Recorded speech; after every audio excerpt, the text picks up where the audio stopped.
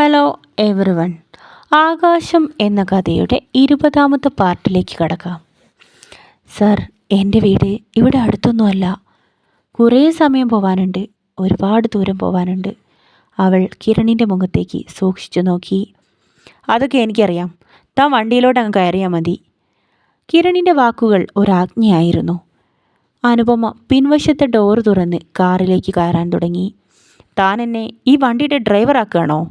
അവൻ്റെ ചോദ്യം കേട്ടതും അനുപമ പുറകിലെ ഡോറടിച്ച് മുൻവശത്തെ ഡോറ് തുറന്ന് അവൻ അരികിൽ തന്നെ കയറിയിരുന്നു. കാർ വളരെ സ്പീഡിൽ രാമേശ്വരത്തേക്ക് കുതിച്ചു പാഞ്ഞു. കുറേ നേരം വണ്ടിയിൽ അവർ രണ്ടുപേരും ഒന്നും മിണ്ടാതെ തന്നെയാണ് ഇരുന്നത്. അവൾ ഇടയ്ക്കിടെ കിരണിൻ്റെ മുഖത്തേക്ക് നോക്കിക്കൊണ്ടിരുന്നു. എന്നാൽ അവൻ ഒരു മൈൻഡുമില്ലാതെ ഡ്രൈവിങ്ങിൽ ശ്രദ്ധിച്ചിരിക്കുകയാണ്. അനുപമ പതിയെ മുൻവശത്തെ വണ്ടിയുടെ ഓഡിയോ സെറ്റിലേക്ക് കൈവച്ചു. അത് ഓണായതും അതിലൊരു പഴയ ആൽബഗാനം പാടാൻ തുടങ്ങി. അയ്യേ, ഇതെന്ത് പാട്ടാ? ഇതാണോ സാറ് കേൾക്കാറുള്ളത്? അവൾ ഒരാവേശത്തിൽ അവനോടറിയാതെ ചോദിച്ചു പോയി. അവൻ അതത്ര ഇഷ്ടപ്പെടാത്ത മട്ടിൽ അവളെ രൂക്ഷമായൊന്ന് നോക്കി. ഞാൻ പാട്ട് വയ്ക്കാറില്ല, ഇത് പപ്പയ്ക്ക് വേണ്ടി വാങ്ങി വച്ച ഓഡിയോ ഡിസ്കാണ്. അവൻ്റെ മറുപടി കേട്ട അനുപമ പെട്ടെന്ന് തന്നെ ആ പാട്ട് ഓഫ് ചെയ്തു.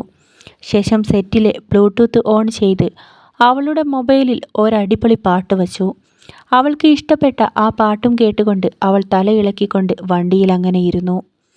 കിരണിന് ആ മ്യൂസിക്കും ബഹളവുമൊന്നും അത്ര ഇഷ്ടപ്പെടുന്നുണ്ടായിരുന്നില്ല. എങ്കിലും അനുപമ ഹാപ്പിയാണെന്ന് കണ്ടപ്പോൾ അവനൊന്നും പറഞ്ഞില്ല. കുറച്ചുകൂടി മുന്നോട്ട് പോയതും കാറിൽ AC-യുടെ തണുപ്പ് കൂടിക്കൂടി വന്നു. സർ, എനിക്ക് ഈ AC-യുടെ സ്മെല്ല് പറ്റുന്നില്ല, തലവേദനിക്കുന്നു. അതൊന്ന് ഓഫ് ചെയ്യാമോ? ഗ്ലാസ് താഴ്ത്തി വെച്ചാൽ മതി, നല്ല കാറ്റകത്തേക്ക് വരും. അനുപമയുടെ ആവശ്യം കേട്ടതും കിരൺ ദേഷ്യത്തോടെ അവളെ തുറച്ചു നോക്കി. നിനക്കൊരു അഡ്ജസ്റ്റ്മെൻറ്റും ഇല്ലല്ലോ. തൻ്റെ ഈ അളിഞ്ഞ മ്യൂസിക് കാരണം എനിക്ക് എന്തുമാത്രം തലവേദന ഉണ്ടാകുന്നുവെന്ന് നിനക്കറിയാമോ? എന്നിട്ടും ഞാനത് ഓഫ് ചെയ്യാൻ പറയാതിരുന്നത് എൻ്റെ മര്യാദ. പക്ഷെ നീയോ AC ഓഫാക്കാൻ പറയുന്നു. ഇത്രയും വിവരമില്ലേ നിനക്ക്? ഈ ചൂടത്ത് AC ഇടാതെ എങ്ങനെയാണ് വണ്ടിയിൽ യാത്ര ചെയ്യുന്നത്? എങ്ങനെ പോകാൻ പറ്റും? അവൻ്റെ സംസാരം അനുപമ പെട്ടെന്ന് എതിർത്തു. എന്താ സാർ, AC ഇല്ലാതെ യാത്ര ചെയ്യാൻ പറ്റില്ലെന്നോ? ആരാ പറഞ്ഞത്? അതൊക്കെ നിങ്ങൾ പണക്കാർക്ക് മാത്രമുള്ള ഒരു തോന്നലാണ്. ഞങ്ങൾ സാധാരണക്കാർ സൂര്യൻ കത്തി നിൽക്കുന്ന ഉച്ച സമയത്ത് പോലും ബസ്സിൽ യാത്ര ചെയ്യാറുണ്ടല്ലോ. അതൊക്കെ AC ഇട്ടുകൊണ്ടാണോ? ബസ്സിൽ AC ഇടാറുണ്ടോ സാറേ? അവൾ തർക്കിച്ചുകൊണ്ട് ജയിക്കാൻ ശ്രമിക്കുന്നത് കണ്ട കിരൺ ദേഷ്യത്തോടെ AC-യുടെ കൂളിംഗ് കൂട്ടി വച്ചു. കാറിനുള്ളിൽ തണുപ്പ് കൂടിക്കൂടി വന്നു.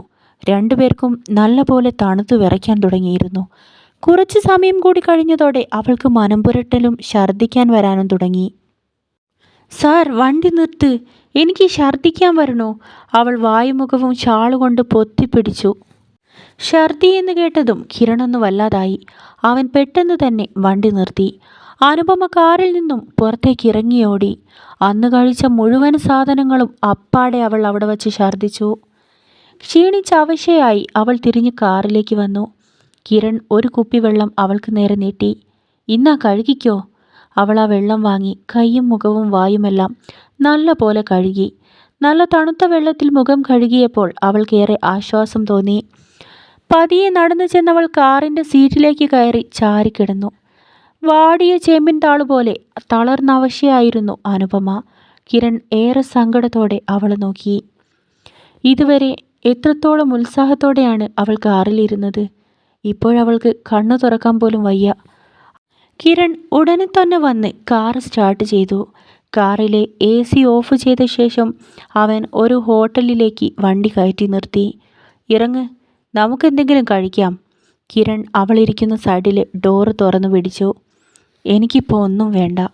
അവൾ കണ്ണടച്ച് സീറ്റിലേക്ക് ചാരിക്കിടന്നു. കിരൺ അവൾ പറയുന്നതൊന്നും ശ്രദ്ധിക്കാതെ അവളെ പിടിച്ച് കാറിൽ നിന്നും പുറത്തിറക്കി. ഒരു കൊച്ചു കുഞ്ഞിൻ്റെ കയ്യിൽ പിടിച്ചു കൊണ്ടുപോകുന്നത് പോലെ അനുവിൻ്റെ കൈകളിൽ പിടിച്ച് അവളെയും കൊണ്ടവൻ ഹോട്ടലിനകത്തേക്ക് കയറി ചെന്നു. ഒരു ഫാമിലി റൂമിനകത്തേക്ക് കയറി അവൻ മുഖം കഴുകാനായി വാഷ് ബേസിനടുത്തേക്ക് ചെന്നു. അനുപമയുടെ മുഖത്ത് നല്ല ക്ഷീണമുണ്ടായിരുന്നു. അവൾ കസേരയിൽ ഇരുന്നു കൊണ്ട് അവനെ തന്നെ നോക്കി. ശരിക്കും കിരൺ സാറിൻ്റെ മനസ്സിൽ എന്താണ്? ചിലപ്പോൾ ഭയങ്കര ദേഷ്യത്തിലായിരിക്കും. എന്നാൽ ചിലപ്പോൾ വളരെ കരുതലോടെയും സ്നേഹത്തോടെയുമാണ് പെരുമാറുന്നത്. അവൾക്ക് അവനെക്കുറിച്ചൊന്നും മനസ്സിലാക്കാൻ സാധിച്ചില്ല. ആകാശം കഥയുടെ അടുത്ത പാർട്ടുമായി ഉടനെ വരുന്നതാണ്.